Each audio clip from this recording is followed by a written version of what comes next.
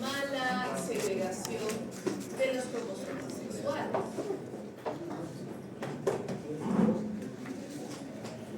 Es cierto que ahora hay muchas, bueno, todavía en Perú no, hay mucha idiosincrasia muy arraigada en Perú para que empecemos con el señor es, el todo es y el no sé qué es. ¿Se da cuenta? Acá no me he cruzado con, porque yo me acuerdo de ese video bebé que salió de un estudiante de ingeniería, en el que el estudiante dijo, doctores, mis compañeros, creemos que debemos, y el doctor dice, pues no vamos a poner las doctrinas en piso yo. Entonces lo bajó a Juan a la historia. No me he cruzado nunca con una situación así en los últimos años de enseñanza. Siento de que es por más de idiosincrasia peruana. Sí, bastante. Porque fuera otro país estaríamos estructurando. Tampoco se han encontrado con un cambio vacío, sí. O la verdad es que todos están de ellos. Ya. Entonces, pero más allá de la identidad de género está la idea biológica de género. Por más de que nosotros querramos establecer igualdad dentro de géneros, no hay igualdad dentro de géneros desde un punto de vista netamente biológico. ¿Debería haber equidad social? Sí, absolutamente, 100%. La equidad no es igualdad. Para un pobre, un caramelo no es nada. No, perdón, para un pobre un caramelo es mucho. Para un rico un caramelo es nada. Por lo tanto, ¿es igualdad darle a un rico lo mismo que es darle a un pobre? No, es equidad darle más a un pobre para poder alcanzar el nivel de un rico sin negar al rico su nivel, porque ahí entramos en lo que es el marxismo que le quita rico para el pobre. Pero en ese sentido, entonces, nosotros biológicamente no somos iguales, porque biológicamente el sexo femenino cumple funciones diferentes al sexo masculino, y eso se define en su propia biología. El sexo masculino tiene una definición muy clara hormonal, tisular y celular, y por lo tanto, enfermedades específicas del sexo masculino obviamente no van a afectar al sexo femenino. No le van a decir a una mujer, señora, tiene usted cáncer de próstata. ¿Qué? No le van a decir, pues, ¿qué próstata? No le van a decir a un caballero, tiene usted cáncer de ovario. ¿Qué? Testículo será. Somos diferentes. Pero incluso esta barrera puede volverse algo inestable ante enfermedades genéticas. Entonces, la idea es que, si se acuerdan de la entrevista con Watson y Crick, ellos mencionaron que cuando descubrieron la estructura del ADN, les sorprendió su propio descubrimiento porque la estructura fue un plot twist en sí mismo. Ellos mismos dijeron que era fácil, elegante y eficiente. Una solución elegante, porque era sencillísima.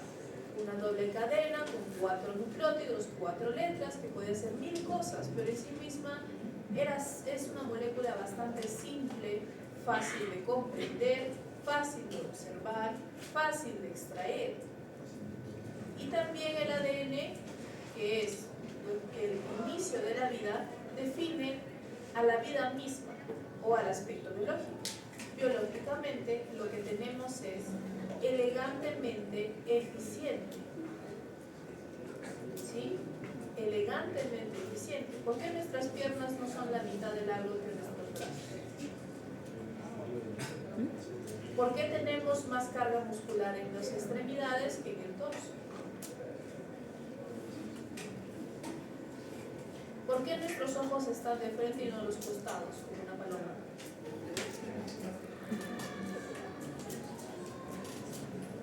¿Por qué cuando comemos alimentos, querramos o no, absorbemos todos los nutrientes que se nos dan?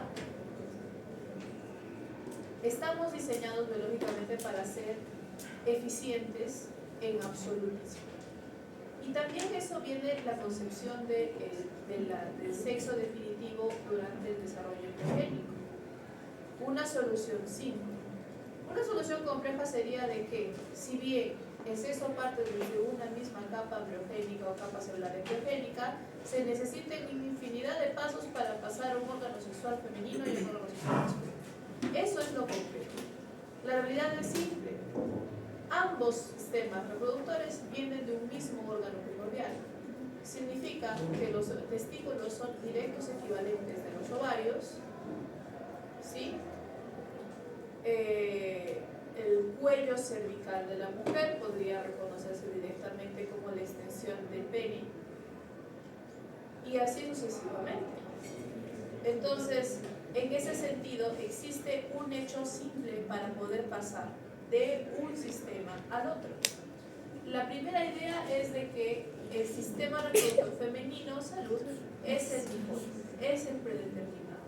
Significa de que el sistema reproductor femenino no necesita de genes adicionales para que las células naturalmente se diferencien hacia un sistema reproductor femenino. Si bien existen genes que promueven la maduración de los ovarios y la producción de hormonas posteriores, en sí mismo el cuerpo no necesita de más ayuda para producirse un género reproductor femenino. Y esto en sí mismo es una genialidad, porque ya nos hemos dedicado la mitad del camino. Es decir, no tenemos que pensar en dos caminos, solo tenemos que pensar en bifurcar un camino. Y aquí viene la bifurcación, el cromosoma Y, que va a contener, ahora sí, genes que desviarán el camino predeterminado hacia un camino alterno. Es eso el sistema reproductor masculino. Eso hace que el sistema sea bastante sencillo. Cromosoma X igual sistema reproductor masculino. Perdón, cromosoma Y igual sistema reproductor masculino. No cromosoma Y igual reproductor femenino. Cromosoma X presente, pero está presente para los dos, ¿verdad? Bien. En sí el cromosoma Y, como pueden observarlo en comparación al cromosoma X, es bastante pequeño. Sorprendentemente, en su brazo corto, que parecería un satélite, y el inicio de su brazo largo, es donde están los genes asociados al desarrollo del sistema reproductor masculino. El resto es heterocromatina, que es normalmente donde se ha observado que se acorta cada cierto tiempo. Esperemos no perderlo nunca, y si no, que se vuelva un accesorio de un cromosoma X y santo remedio. Total, de que en este caso tiene funciones reducidas, a diferencia del cromosoma X, que aparte de contener genes asociados al desarrollo sexual, también contiene genes asociados al desarrollo neurológico, por ejemplo, lo que hace que el cromosoma X sea indispensable para ambos sexos, y por eso ambos sexos lo tienen. Pero el cromosoma Y solamente sirve como una desviación de lo que sería el desarrollo estándar del sistema reproductor, que sería el femenino. Estos genes, especialmente los más importantes, van a ser el gen TDF-SRY, que es el reconstituyente determinante del testículo, y el grupo de genes llamados los AZF, que son los AZFA, B y C, que son los factores de la espermatogénesis. ¿Qué significa? Que primero tendremos nuestra gónada ambipotente, que en realidad, como la pueden ver, es muy parecida entre ovario y testículo, y que en ausencia del cromosoma Y irá inmediatamente hacia un ovario una producción de genitales internos y externos femeninos, mientras que en la presencia del cromosoma Y tendremos a los genes TDF-SRY, que desarrollarán por lo tanto el testículo y todo lo que implica. Los testículos, si bien son parientes cercanos de los ovarios, son morfológicamente completamente diferentes. Los testículos en primer lugar son externos y van a tener una capa protectora externa, no solo una capa de piel, también una cápsula de tejido conectivo. ¿Sí? En cambio, los ovarios, si bien también tienen una capa de tejido conectivo, no es tan denso como el de los testículos, porque se encuentra en el interior de forma más protegida. ¿Cómo se protege la zona ovárica? Nuestra pelvis, en el caso de las mujeres, suele ser más ensanchada, suele acumular más grasa, un poquito más de músculo, lo que es una zona protectora del órgano del sistema reproductor. Por lo tanto, perder la pancita es lo más complicado que se le puede ocurrir a una mujer entre sus 20 y 40 años. ¿Ya? No he dicho imposible, he dicho complicado. Total, En el caso del varón, el testículo va a tener un tamaño un poco más grande. Si ustedes han visto o han cortado un ovario a la mitad, el tejido del ovario, el tejido interno, o el tejido interno, va a ser uniforme, a excepción de los óvulos que están en presurización. Mientras que en el caso del testículo vamos a tener una serie de tuberías llamadas los tubos seminíferos, donde se encuentran las poblaciones que generan los espermatozoides. Otro cambio fisiológico. Entonces, acá tenemos ya un cambio definitivo. Y finalmente tenemos los genes ZF que estarán encargados, por lo tanto, de la generación, mantenimiento e inducción de los progenitores de los espermatozoides, ya que a diferencia de la mujer que ya tiene un número de óvulos contabilizados en su concepción, los varones producen de nuevo constantemente espermatozoides a partir de células progenitoras. ¿Sí? Bien. Ok.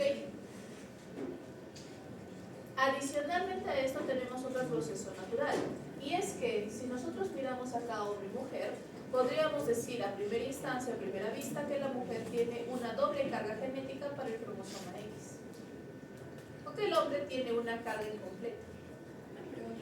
Ahora sí creo que sí en el aula virtual. La PPT. Creo que no está en el aula virtual. No está. ¿Ah, no?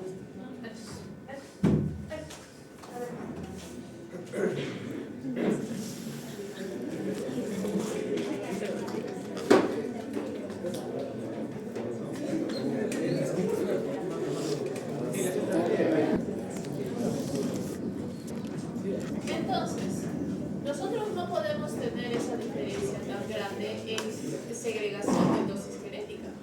Y la mujer no puede tener enfermedades acá, tener una enfermedad inherente por tener una doble copia de cromosoma X.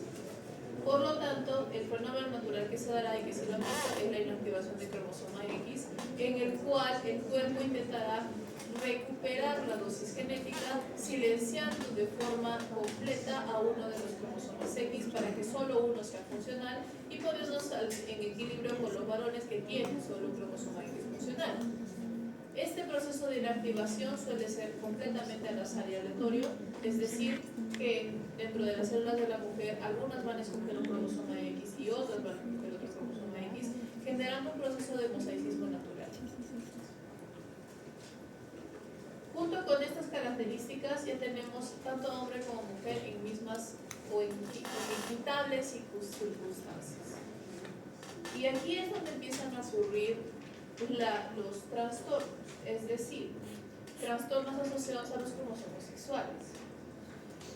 Dentro de estos vamos a encontrar los más comunes, que son las aneuploidías, que vamos a tener un cromosoma de más, un cromosoma de menos, algo muy similar a las trisomías en el caso del síndrome de Down. Y al fin, el favorito de todos, porque muchos han esperado, el síndrome de Klinefelter, que es asociado a una mala segregación de cromosoma X dentro del sexo masculino, llevando a fenotipos como el XXY, que se le conocía como el hermafrodita popular, diría yo, el 48XXXY y con mayor rareza 48 y 49 XXX, Y o XXXY.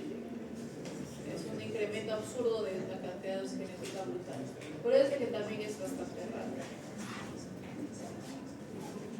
Como tenemos acá un cromosoma X adicional y no necesariamente los mecanismos de silenciamiento y identificación del cromosoma X son correctamente aplicados en el varón, lo que tendremos será una inestabilidad genética, es decir, una competición entre los genes asociados al desarrollo femenino de forma indirecta con los genes asociados al desarrollo masculino de forma directa, lo que hará siempre un intercambio o una formación incompleta, ya sea de los órganos sexuales masculinos internos, conocemos testículos, etc., con los aspectos sexuales masculinos externos, que suelen ser el tórax más ancho, caderas angostas, barba, voz más grave, etc.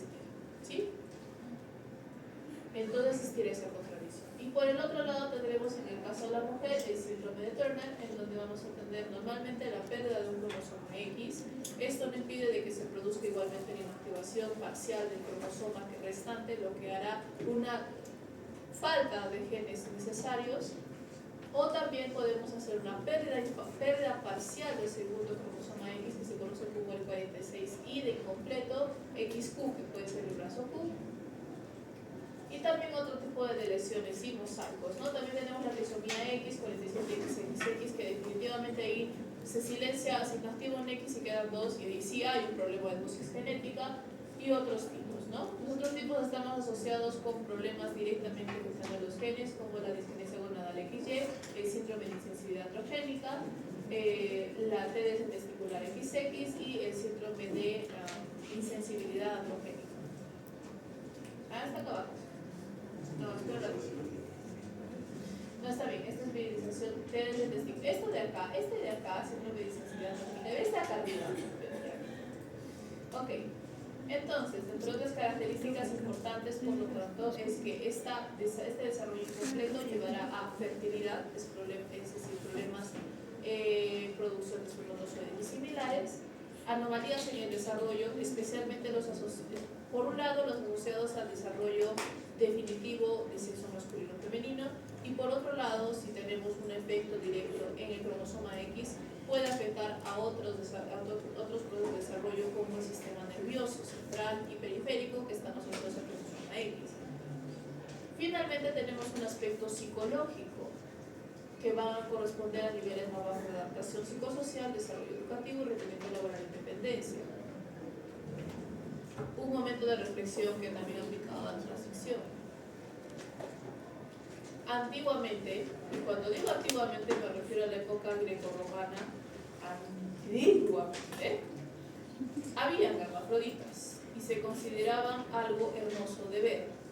Tal vez demasiado romantizado, el mismo romanticismo que existió con los hermafroditas existió romantizando la tuberculosis en la época victoriana. No era para, sí, no sé por qué, no era para nada agradable, pero aparentemente para ellos era algo hermoso. Así que representaban esto, obviamente, embelleciendo mucho más la situación real. Existen esculturas de hermafroditas, preciosas esculturas, básicamente infantilizadas, porque ver un hermafrodita adulto es raro, así que eran versiones antes de entrar en la adolescencia, antes de entrar en la pubertad, que pueden ser encontradas en el Museo de Louvre o que pueden ser encontradas en el Museo Vaticano. Lo opuesto sucede en nuestra sociedad. Los hermafroditas aparentemente han desaparecido de la faz de la Tierra. Pero, como podemos observar para el síndrome de Klinefelter, afecta a 1 de cada 600 varones. Bajo ese criterio tendríamos al menos unos 100 hermafroditas en Arequipa. Ahora pongámonos en ese contexto. ¿Alguna vez han conocido a un hermafrodita? ¿Alguna vez algún amigo les ha dicho que son hermafroditas? ¿Alguna vez han tenido un novio o una novia que era hermafrodita? ¿Alguna vez algún novio o novia les ha dicho que era hermafrodita? ¿Se imaginan una circunstancia así? Evalúen ahorita sus reacciones. Algunos reaccionan riéndose por nerviosismo. Otros reaccionan curiosos, pero distantes, es decir, no me lo imagino ni me lo quiero imaginar. Otros bromean porque hasta cierto punto los invade el pánico. Se van a cuestionar hasta sus novios. Les van a decir, háblame con la verdad. ¿No? Algunos incluso reaccionan con repulsión, no muchos, porque ustedes han vivido en una realidad social diferente.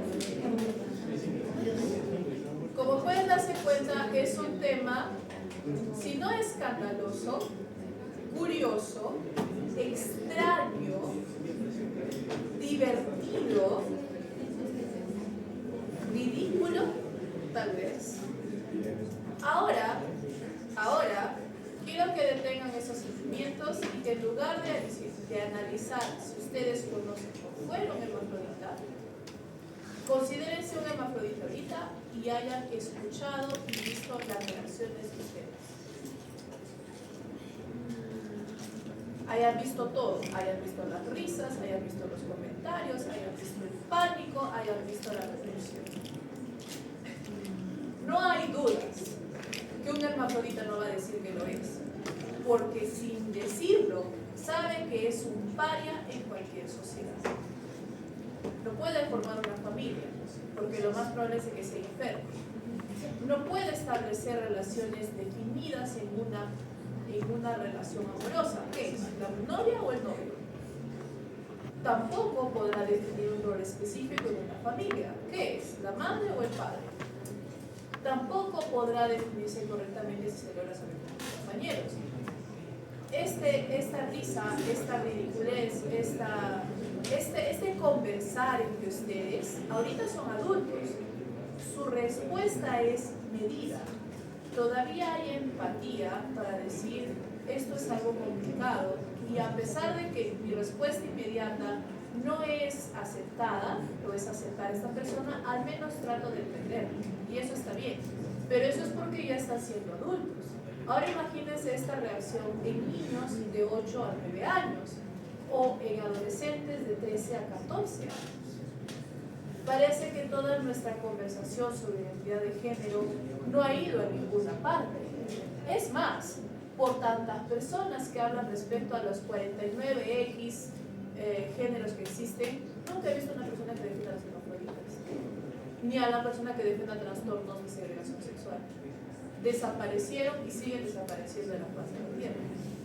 Este tipo de estigma casi absoluto lleva a que las personas no solo presenten mala adaptación psicosocial desde pequeños, que tengan dificultades mostrando independencia y desenvolviéndose en una sociedad.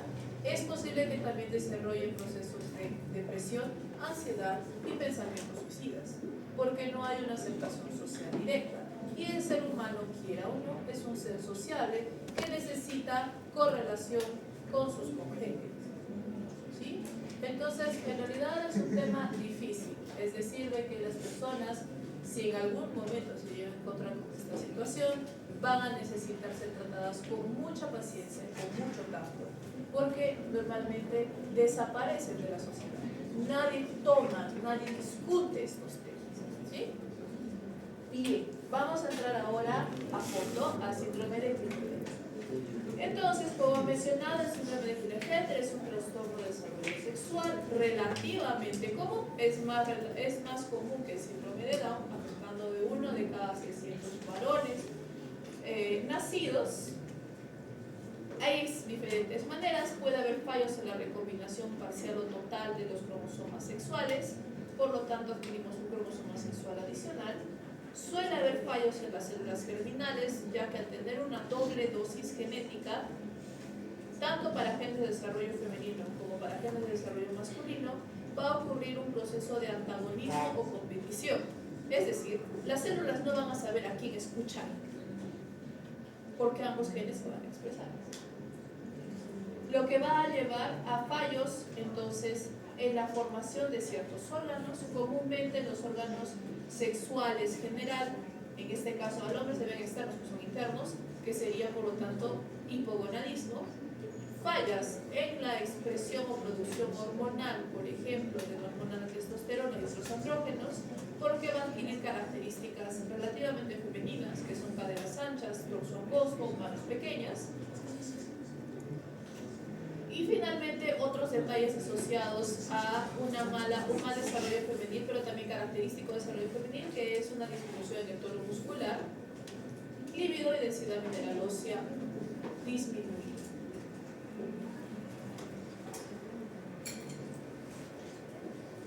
Ahora, esto suele pasar, por ejemplo, en los casos de la meiosis paterna y en algunos casos, especialmente en 15% de los casos de Klinefelter, vamos a tener un proceso mosaico.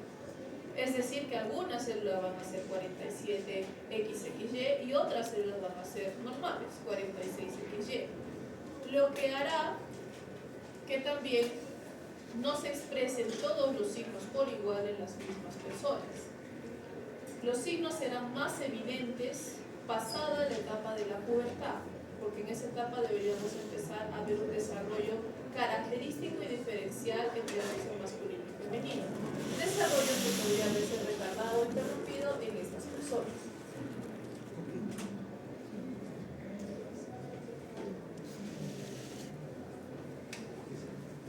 Luego tenemos otro tipo de trastornos de desarrollo sexual, también conocidos como TDS, que son un poco más raros y que corresponden a uno de cada 4.500 niños nacidos y van a estar asociados a malformaciones congénitas de genes de desarrollo de ovarios y testículos. Por lo que vamos a tener diferentes enfermedades basándonos en cambios en genes directamente asociados al desarrollo ovárico o desarrollo testicular. Por ejemplo, y me gusta este gráfico porque me resume muy bien lo que es esta parte del curso. Tenemos nuestra gónada omnipotente, que ya la conocen, y tenemos de este lado a los testículos. Entonces, el SRY, ya saben que es un gen determinante testicular que se encuentra en el cromosoma Y. Pero, si se muta este gen y se vuelve inactivo, es lo mismo que si no lo tuviéramos. Por lo tanto, no se desarrollan los testículos, lo que se conoce como una disgenesia gonadal XY. Por lo tanto, la persona es XY, pero no tiene testículos. Si no tiene testículos, hay una formación masculina incompleta. Sin testículos no hay testosterona y tampoco hay rasgos masculinos externos. Algo similar sucede con SOX9 y NR5A1. En el caso de SOX9 está, si bien no directamente relacionado ni encontrado en el cromosoma Y, es importante para la diferenciación de células como la célula de Sertoli y las células de Lillich. Nuevamente regresamos al mismo sitio, producción de testosterona, ¿sí? Por otro lado tenemos la duplicación de DAX1. DAX1 es un gen asociado a la maduración y actividad ovárica. Si bien está asociado a su formación como tal, sí está asociado a su actividad. Una duplicación de DAX1 dentro de una persona que tendría un fenotipo XY implicaría que estaría desarrollando, por lo tanto, actividad para características femeninas incompletas, ¿sí? Finalmente tenemos lo que es la azospermia y oligospermia, problemas en la producción de espermatozoides, directamente relacionadas a genes que ya hemos visto, como las lesiones en el gen AZF, que son los grupos encontrados en el cromosoma Y, o de lesiones en base. Finalmente, acá tenemos otro tipo de trastornos no asociados directamente a genes sexuales o encontrados en órganos sexuales, sino que genes que de forma indirecta tienen una función dentro del desarrollo sexual masculino. Por ejemplo, lo que lleva a la masculinización incompleta. Por otro lado, tenemos el caso del ovario, en donde podemos tener un fenómeno curioso en el que el gen SRY se trasloca del cromosoma Y al cromosoma X. Un polisomo en el cromosoma X. Por lo tanto, tenemos una persona que es XX, pero que tiene el gen SRY. Gen que, como hemos dicho, desvía o bifurca el desarrollo del sistema reproductor femenino a sistema reproductor masculino, lo que hace que una persona, a pesar de que sea XX, genere testículos. Ahora, acá hay una clara diferencia. Solamente ha pasado SRY, no ha pasado el grupo AZF, por lo que esos testículos no producen espermatozoides. Así que es un ser infértil. Recuerden que, como estos dos órganos salen de un mismo órgano primordial, es imposible tener testículos y ovarios a la vez. A menos que sea un testículo y un ovario. No van a tener cuatro, ¿de dónde? Si uno reemplaza al otro. ¿Sí? Aquí es donde surge, por ejemplo, el TDS testicular XX, que es el caso del SRY, y el TDS ovotesticular XX, que es el caso de una duplicación de SOX9 y SOX3. SOX9, como hemos dicho, hay la fabricación de células de Sertoli, por lo que vamos a tener una, como hemos dicho, semiformación de ovarios, pero con características ligeramente testiculares, lo que hace que, ¿han visto estos casos antes en media? Lo han visto en Dr. House, lo han visto en Grey's Anatomy, lo han visto en La Ley y el Orden. Una mujer que cuando entramos a un análisis más profundo resulta tener testículos en lugar de ovarios. y nada más. ¿Sí? Que si no se lo dicen a ella, no se enteran nunca. ¿Ok? Obviamente ahí está un poco más dramatizado. Creo que el mejor caso que he visto de este estilo ha sido, ni siquiera ha sido Grey's Anatomy, ha sido un caso de unas enfermeras de época antigua en la que al menos los showrunners tuvieron el criterio de poner a la mujer, si bien mujer, con ciertos rasguitos masculinos. Tal vez la frente un poquito más ancha, tal vez el rostro un poquito más perfilado, tal vez las cejas más pobladas o rectas. O sea, tú la miras, es una mujer, pero tiene unos rasgos un poco andróginos. Está bien, eso es lo que queremos encontrar. Recuerden que son células de Lilly, se va a producir una mayor cantidad de testosterona. ¿Ok? Perfecto. Luego tenemos otros casos, como hemos dicho, ¿no? Casos no asociados directamente a genes de desarrollo sexual, como la virilización XX. Acá vamos a tener casos en los que, si bien el ovario se ha desarrollado correctamente, vamos a encontrar productos hormonales que invalidan o que contradicen la producción o el proceso hormonal asociado a los ovarios, por lo que tendremos entonces genitales externos masculinos en lugar de femeninos, o apariencia masculina externa en lugar de apariencia femenina. Vamos a ir uno por uno. Primero tenemos los trastornos de desarrollo gonadal, es decir, los primeros: disgenesia gonadal y disgenesia testicular y ovotesticular. En este caso vamos a tener una disgenesia gonadal completa cuando tendremos genitales externos con aspecto normal de diseño cromosómico contrario, es decir, características masculinas o femeninas, masculinas en mujeres, femeninas en varones, a causa de una falta de una formación correcta de los órganos internos correspondientes a su sexo preliminar. Entonces podemos encontrar varones XX o mujeres XY. Por ejemplo, en lo que van a ser, ¿no? Primero, en lo que son 46XY, suelen ser, por ejemplo, tenemos casos en los que vamos a tener la translocación de gen SRY, que hemos visto. En el caso de varones que son XY, pero que parecen mujeres, normalmente estamos en una deleción del gen SRY a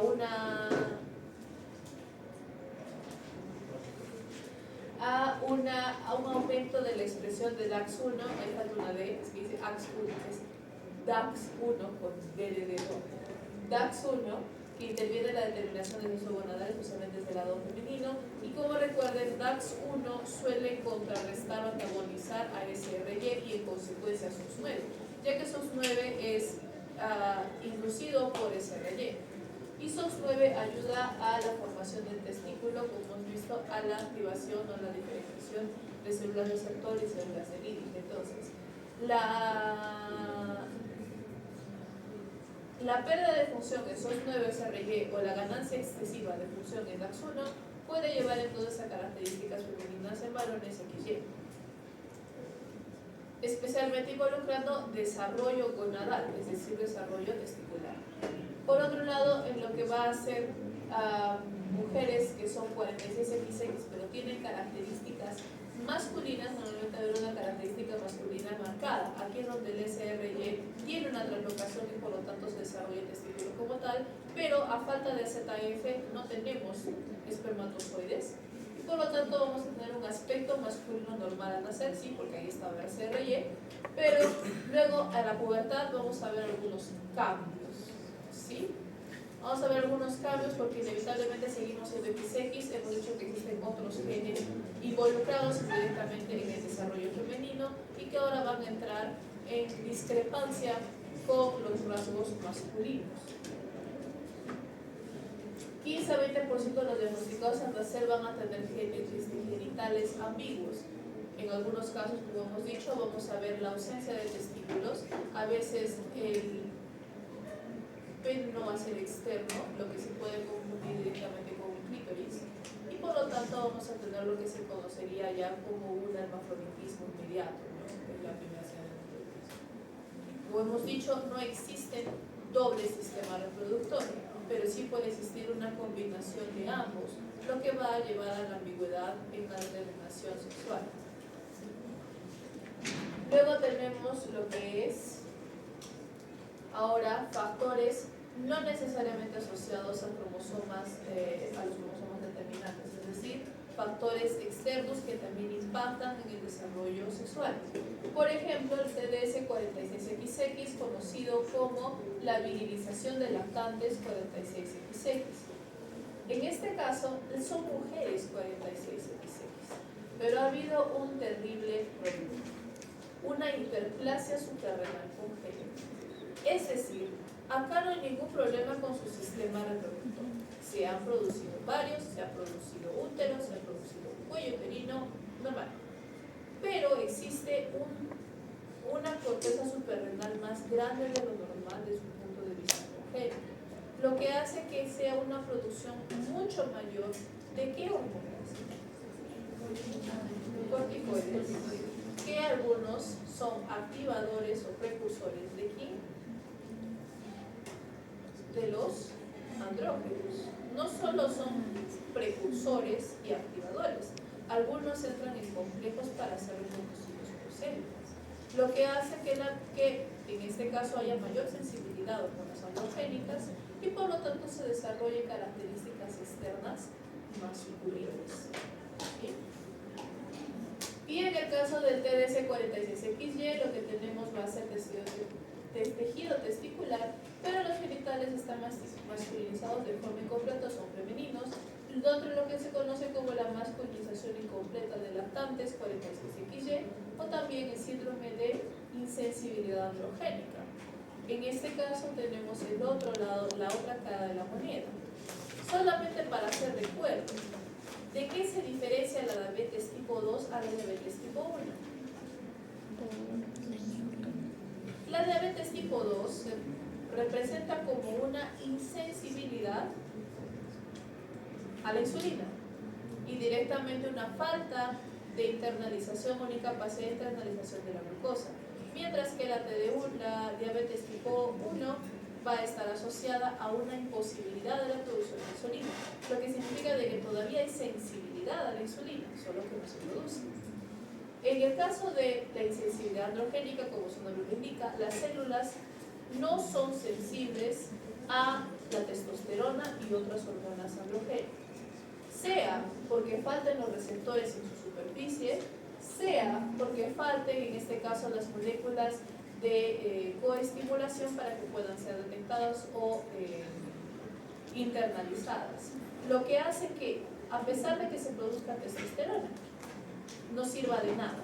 Por lo tanto, se genera entonces rasgos femeninos, especialmente a partir de cierta edad. En algunos varones vamos a tener genitales externos femeninos aparentemente normales, pero cuando observamos más a fondo no hay útero ni trompas uterinas, son varones. ¿Sí? Solo que, si ustedes recuerdan, los niños son hasta cierto punto indistintos hasta entrar en la pubertad. Indistintos.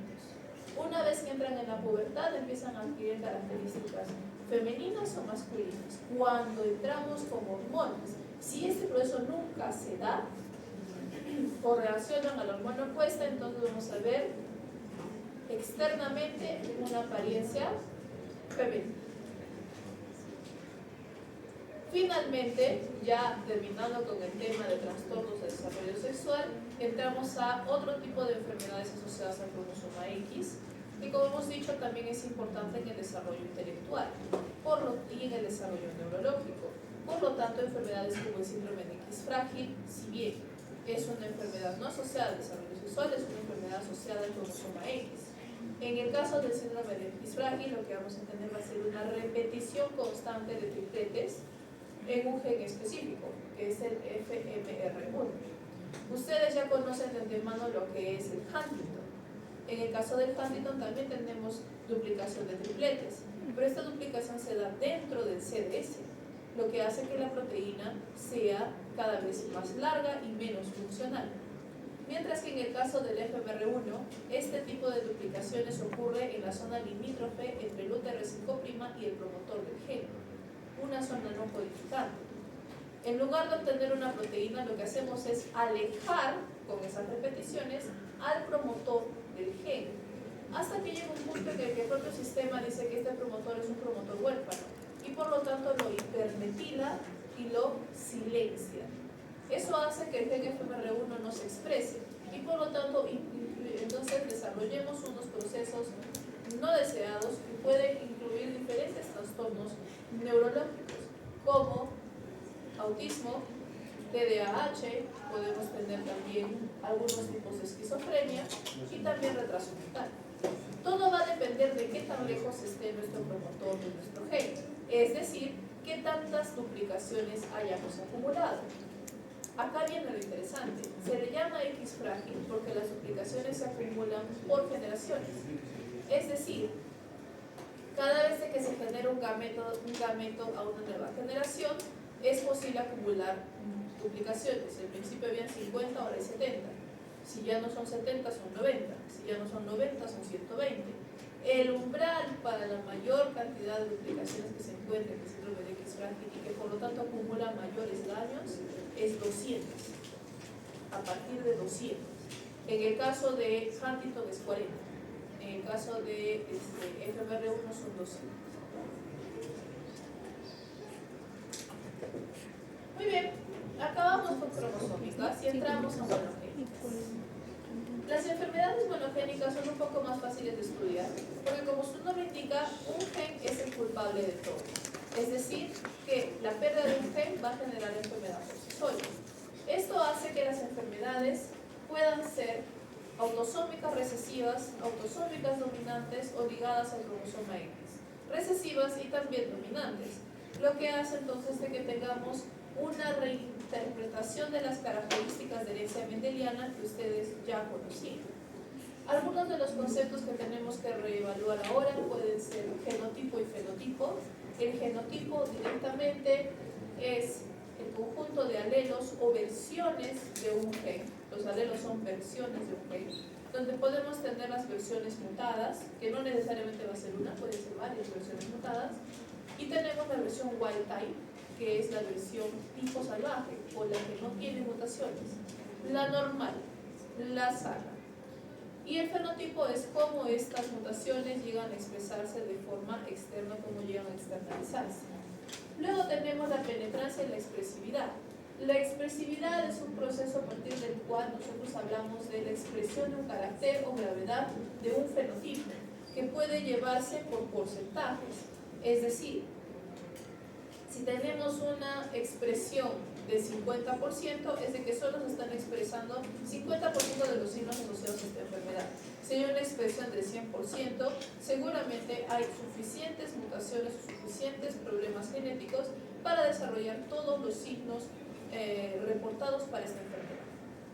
A diferencia de la expresividad, tenemos la penetrancia, que es un proceso de todo o nada.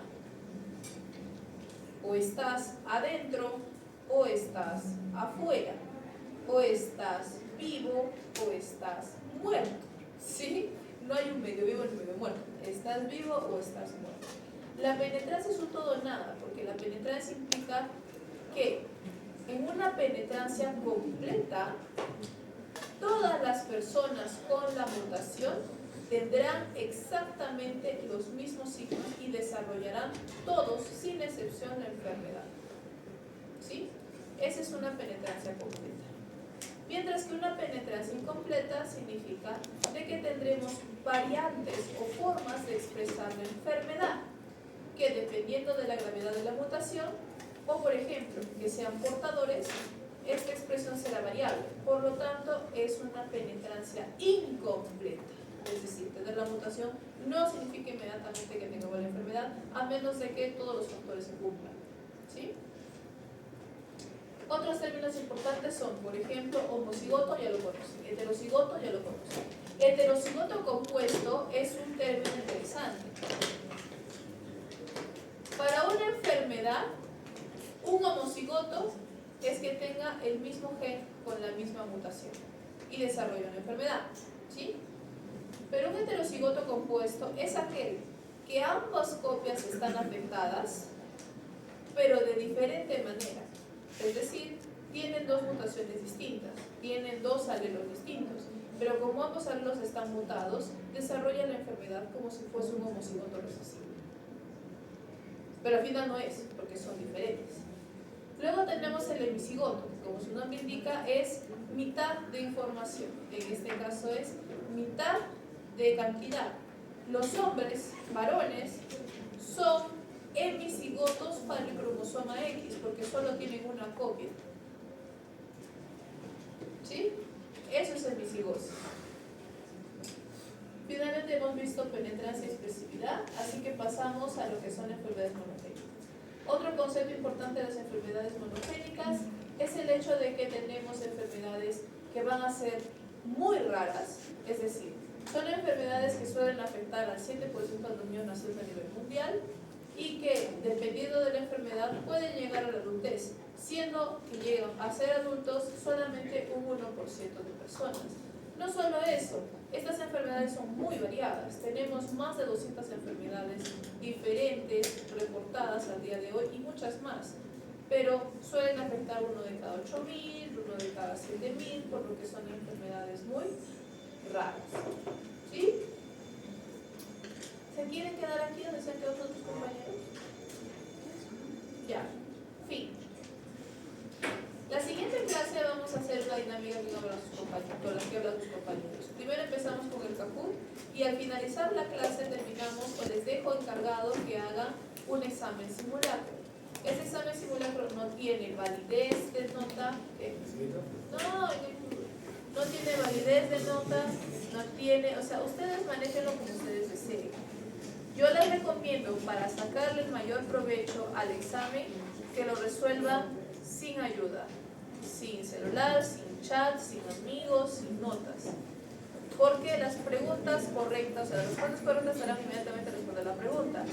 Lo que significa de que ustedes lo que tienen que hacer es revisar si están bien, bien. Si están mal, ¿por qué están mal? ¿Sí? La cosa es prepararlos para el examen. Porque el examen, como pueden darse cuenta, va a ser más difícil.